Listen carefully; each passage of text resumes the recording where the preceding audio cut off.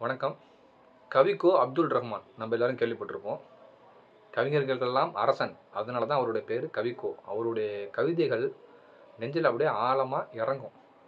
வடிவேலு ஒரு காமெடில சொல்லுவாப்புலல்ல, "யானை நெஞ்சில் ஏறி மிதிச்சா மாரி இருக்கும்" அப்படின்னு சொல்லுவாப்புலல்ல. அந்த மாரி சாதாரண எளிய நடையில இருக்கும். அதோட அர்த்தத்துக்குள்ள நம்ம போனோம் அப்படின்னா, ஒரு ஒரு 10 நிமிஷம், ஒரு 1/4 மணி நேரத்துக்கு நமக்கு வந்து அப்படியே டீப்பா நம்ம மனசே பாதிச்சிரும். ஏதாவது ஒரு விஷயம், ஒரு பிசினஸோ, ஒரு கம்பெனி ப்ராஜெக்ட்டோ, ஒரு காலேஜ் ப்ராஜெக்ட்டோ, ஒரு படிப்போ, ஏதோ ஒரு விஷயத்துல நம்ம இன்வால்வ் ஆகுறோம் அப்படின்னா, எல்லாருக்குமே இந்த சிச்சுவேஷன் வரும்.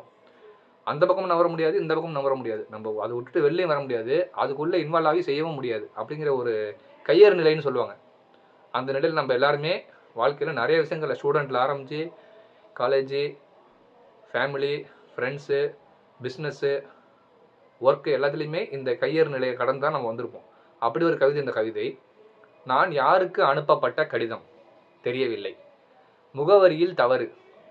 நான் ஓர் இறந்த கடிதம். திரும்பி போகலாம் என்றால் அனுப்பியவர் முகவரியும் இல்லை." கவிக்கோ.